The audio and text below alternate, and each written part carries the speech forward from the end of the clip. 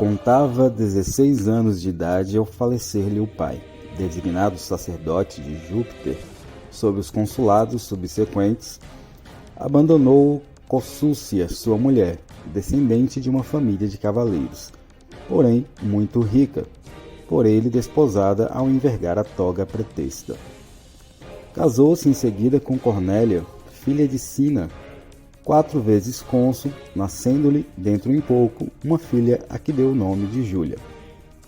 O ditador Sila não conseguiu de maneira alguma obrigá-lo ao divórcio, destituindo-o da dignidade sacerdotal e despojando-o do dote da mulher e das heranças da família.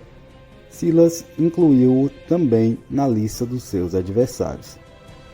Opina-se geralmente que Sila, depois de ter recusado durante muito tempo atender aos pedidos dos seus melhores amigos e das personalidades mais eminentes, deu-se afinal por vencido diante da pertinácia dos esforços em favor desse indulto. Mas assim se expressou, profetizando ou simplesmente conjeturando. Conseguistes prevalecer, regozijai-vos. Júlio César estreou militarmente na Ásia, sob as ordens do pretor Marco Termo, de cuja tenda partilhava. Ganhou fama ao final da campanha, e Termo, com a tomada de Mitilene, brindou-lhe a coroa cívica. Pouco tempo, com a notícia da morte de Sila e na esperança de que poderia tirar partido das perturbações da ordem fomentadas por Marco Lépido, apressou-se a ir a Roma. Evitou, porém, aliar-se a Lépido, não obstante as magníficas condições para tal pacto, não só porque desconfiava do gênio desse homem, mas sobretudo porque achava o momento o menos propício, como nunca talvez imaginara. Resolveu então retirar-se para Rhodes, a fim de fugir ao ódio e de consagrar seus lazeres e repouso às lições de Apolônio Molon, mestre de eloquência dos mais célebres da época. Na viagem realizada durante o inverno, viu-se sequestrado por piratas nas proximidades da ilha de Farmacusa, porém tratado com a maior consideração durante os 40 dias de cativeiro. Tinha ao seu lado apenas um médico e 2 criados de quarto, pois despachara imediatamente os outros companheiros e os demais escravos, a fim de que obtivessem o dinheiro necessário ao seu resgate. Assim que pôde reunir 50 talentos e o fizeram desembarcar, armou imediatamente uma frota, perseguiu os piratas, submeteu-os ao seu poder e infligiu-lhes os mesmos suplícios com que eles o haviam ameaçado por brincadeira. Investido no cargo de questor, proferiu diante da tribuna a róstria, de acordo com a tradição, o elogio fúnebre da sua tia Júlia e da mulher Cornélia. Ao traçar o panegírico daquela, eis como falou, referindo-se à sua dupla origem e à do seu pai.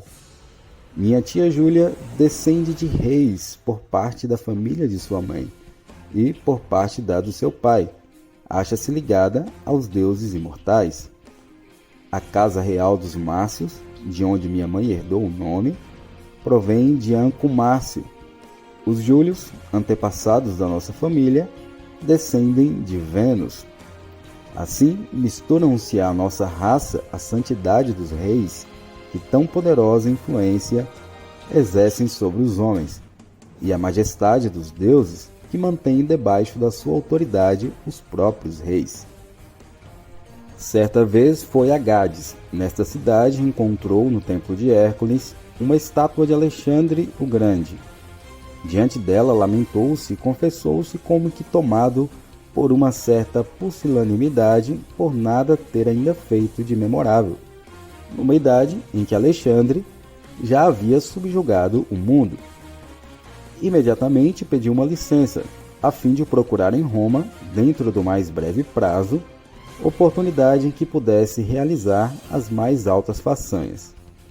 Confuso ainda por causa de um sonho que tivera na véspera, sonhara que estuprava a própria mãe, viu as suas esperanças atingirem o auge graças à interpretação que lhe deram os augures, segundo a qual ele seria o árbitro do mundo, pois a mãe que ele violara outra não era, senão a terra, a nossa mãe comum. Conquistado o favor do povo, conseguiu por intermédio dos tribunos e graças a um plebiscito que lhe fosse dada a província do Egito. Pacificada a sua província, deixou-a com a mesma precipitação, sem esperar sequer pelo seu substituto, a fim de poder disputar, ao mesmo tempo, o triunfo e o consulado. Como, porém, os comícios estivessem já convocados, não se podia levar em consideração a sua candidatura, a não ser que entrasse em Roma como mero particular. E como fosse muito viva a oposição ao privilégio que solicitava, viu-se obrigado a renunciar ao triunfo para não ser excluído da lista dos aspirantes ao consulado. César foi, pois, eleito cônsul, junto com Bíbulo. Os otimates consignaram aos futuros cônsules funções de importância mínima, tais como a administração das florestas e das estradas. Usando de estratégia, conseguiam livrar-se do colega. A partir deste momento, César, ele só, teve em suas mãos todo o governo do Estado. Administrou conforme quis. Por esse mesmo tempo, desposou Calpurnia, filha de Lúcio Pisão, que devia sucedê-lo no consulado. Casou sua filha Júlia com Cineio Pompeu, depois de ter ela repudiado seu primeiro marido, Servilio Cipião, que, mais do que qualquer outro, o havia auxiliado a combater Bíbulo. Após esta aliança, passou a pedir pareceres, primeiro do que a qualquer outro, a Pompeu, e não mais, como era do seu hábito, a Crasso, embora fosse de costume conservar, durante todo o ano, a ordem das sentenças instituídas pelo cônsul das Calendas de Janeiro. Apoiado, assim, nos sufrágios do sogro e do genro, preferiu entre as províncias que lhe era dado escolher a Gália, que pelas vantagens e pela posição que oferecia, se lhe apresentava como um vasto campo para triunfos.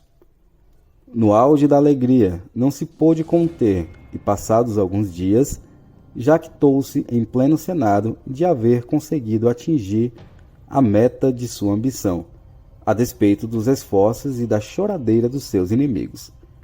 Declarou ainda que, daí por diante, marcharia à frente do mundo inteiro. Não perdeu nenhuma oportunidade de fazer a guerra, fosse ela injusta ou perigosa. Atacava, sem mais nem menos, tanto os povos federados como os povos inimigos e selvagens. De modo que o Senado resolveu, em várias ocasiões, enviar delegados com encargo de examinar a situação das Gálias.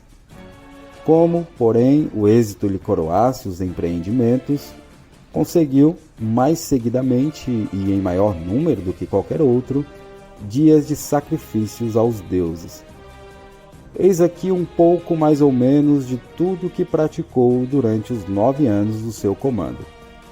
Reduziu a condição de província toda a Gália. Foi o primeiro romano que, depois de haver construído uma ponte sobre um reno, atacou os germanos que habitavam a margem oposta daquele rio, infligindo-lhes tremendas derrotas.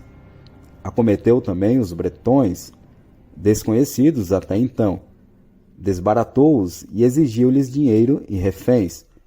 Entre tantos sucessos, não conheceu senão 3 fracassos.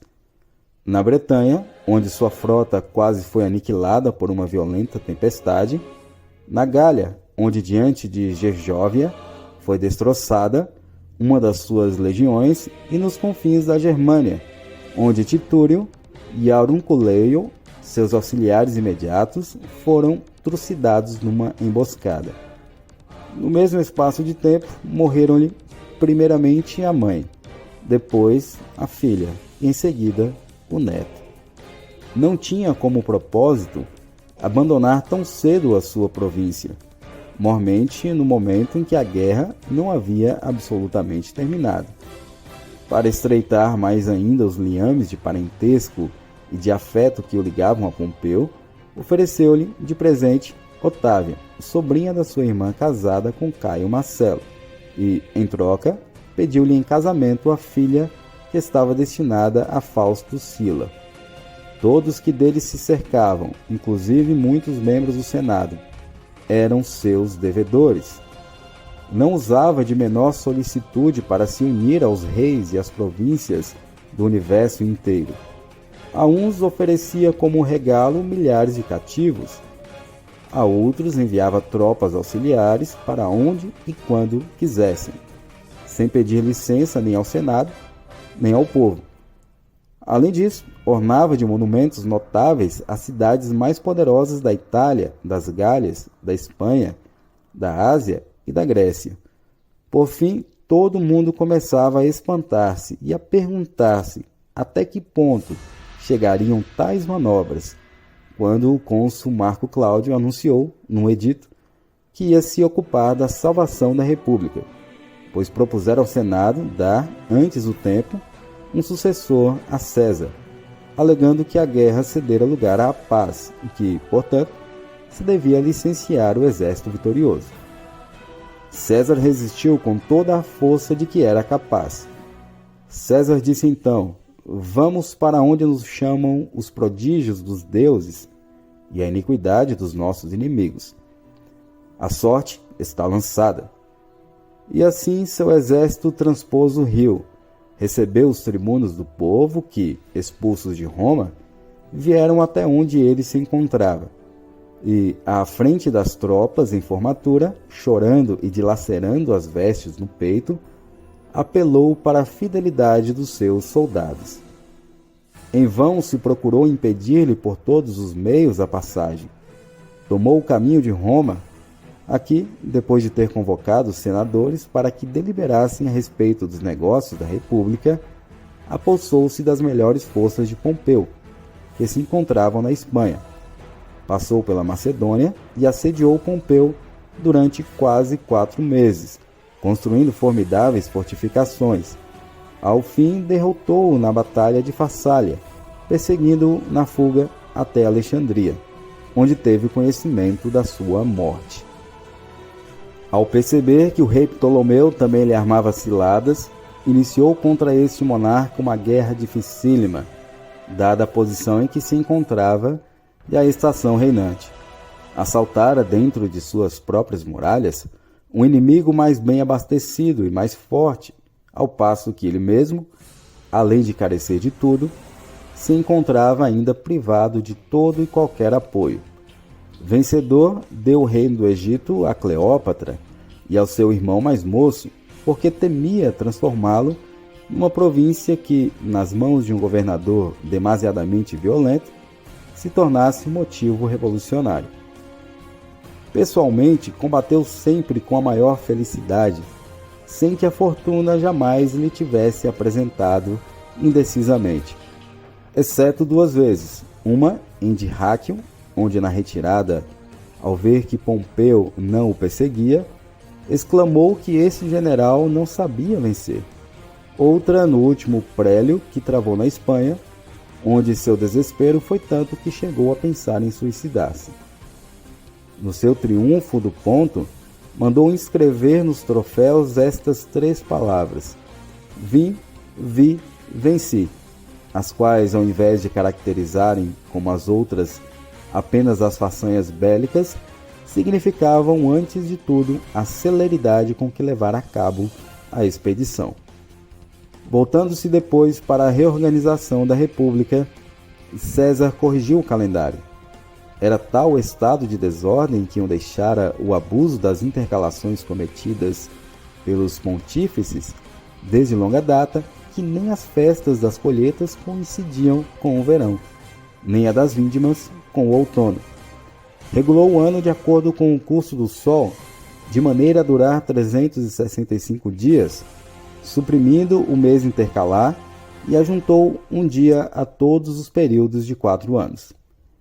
Costumava recomendar os seus, enviando a todas as tribos tábulas em que escrevia poucas palavras: César ditador, a tal tribo, recomendo-vos fulano e beltrano, para que, pelo vosso sufrágio, consigam a sua dignidade.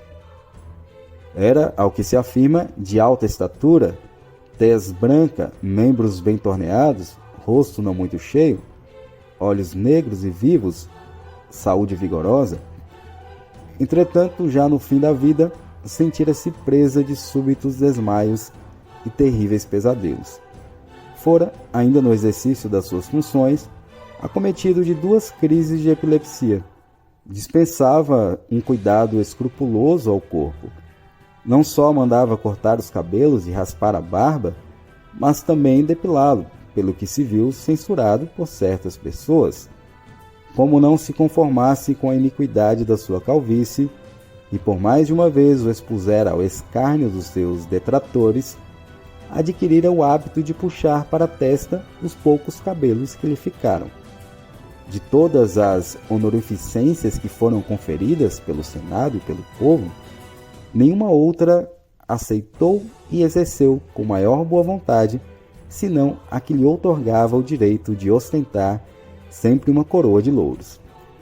Numerosos historiográficos contam que ele amava apaixonadamente a elegância e o luxo de que, começada e acabada a construção caríssima de uma casa de campo no território da Ásia, fê-la demolir de alto a baixo, só porque não lhe correspondia ao gosto, embora não passasse ainda de uma simples personagem coberta de dívidas. Mais do que todas as outras mulheres, amou Cleópatra, ao lado da qual, muitas vezes nos festins, ficava até ao amanhecer, e em cuja companhia navegou no Egito até a Etiópia, num navio provido de apartamentos. Afinal, trouxe-a a Roma e não a deixou retornar, senão depois de cumulá-la das mais altas distinções e presentes. Tolerou até que pusessem no filho que tivera dela o próprio nome. Referem alguns gregos que este filho se parecia com César, não só no aspecto, como também no modo de andar. Na eloquência e na arte militar, igualou e ultrapassou a glória dos mestres mais eminentes. Avantajava-se no manejo das armas e dos cavalos, suportava fadiga além do que é dado a acreditar. Nas marchas, tomava a dianteira, às vezes a cavalo, mais frequentemente a pé, quer sob o sol, quer sob a chuva. Percorreu as maiores distâncias com uma rapidez incrível, à velocidade de 100 milhas por dia. Se os rios acaso o retinham, ele os varava a nado, ou apoiado em flutuadores, conseguindo assim adiantar-se aos seus próprios mensageiros. Enquanto César imolava uma vítima, advertiu Esporina de que se cuidasse de um perigo que lhe não adviria senão depois dos idos de março. Calpurnia, sua mulher, sonhou também que a cumeira da casa se abatia e que seu marido estava trespassado de golpes no peito. E, de repente, abriram-se por si sós as portas do seu quarto de dormir. Estes presságios todos, ligados ao mau estado da sua saúde, fizeram-no hesitar por muito tempo sobre se devia ficar em casa e adiar a sua tarefa no Senado. Como, porém, Décimo Bruto o exortasse a não faltar à palavra empenhada aos senadores, que se achavam reunidos e o esperavam, desde muito já dispôs-se afinal a sair às 5 horas. Certa pessoa, à sua passagem, entregou-lhe um bilhete em que lhe denunciava a conjura. Ele o misturou, entretanto, com outros papéis que tinha na mão esquerda, tencionando, naturalmente, lê-los sem demora. A seguir, após haver imolado várias vítimas, sem obter presságios favoráveis, entrou na Cúria, desdenhoso da religião, a zombar de Esporina e a tratá-lo de mentiroso, pois para os idos de março haviam chegado, sem nenhum acidente. A isso responderam-lhe que tinham chegado, mas não tinham passado ainda. Assim que se assentou, rodearam-no, logo os conjurados, no aparente intuito de lhe mostrarem solicitude. Quando Simbertúlio, a quem fora distribuído o primeiro papel, dele se aproximou como para lhe pedir qualquer coisa, a recusa de César, que com um gesto deu a entender que lhe falasse noutra oportunidade, ele o segurou pela toga, impetuosamente. César gritou: "Mas isto é uma violência?" Então, um dos Cássios fere-o pelas costas, um pouco abaixo do pescoço. César, por sua vez, tomando-lhe do braço, atravessou-o com um buril. Quis ainda arremeter outro ferimento, porém o deteve. Mas, ao ver levantados sobre ele punhais de todas as direções, enrolou a cabeça na toga. Aí então traspassaram-no com 23 punhaladas. Ao primeiro golpe, soltou apenas um gemido sem pronunciar palavra, embora relatem alguns que ele exclamara, arremessando-se contra Marco Bruto: "Tu também, meu filho." Ao vê-lo sem vida, todos fugiram. Seu corpo ficou por algum tempo estendido no solo. No entender do seu médico Anstítio, de tantos ferimentos, só um era mortal, o segundo golpe desferido no peito. Morreu aos 56 anos de idade, considerado como sendo o número dos deuses, tanto pelas declarações dos que lhe conferiram esta honra, como pela convicção do povo. Com efeito, nos jogos consagrados à sua memória, pelo seu sucessor Augusto, um cometa que surgira a 1/10 hora brilhou durante 7 dias a fio. Por isso costumava-se representá-lo como uma estrela no alto da cabeça. Decidiu-se a seu respeito a murar a Cúria onde for assassinado, dar aos idos de março o nome de parricida e jamais convocar-se o Senado para aquele dia. Nenhum dos seus assassinos sobreviveu por mais de 3 anos e não morreram de morte natural. Condenados todos pereceram, cada qual de maneira diferente. Uns no naufrágio, outros em combate, e outros ainda suicidando-se com o mesmo punhal com que atacaram César.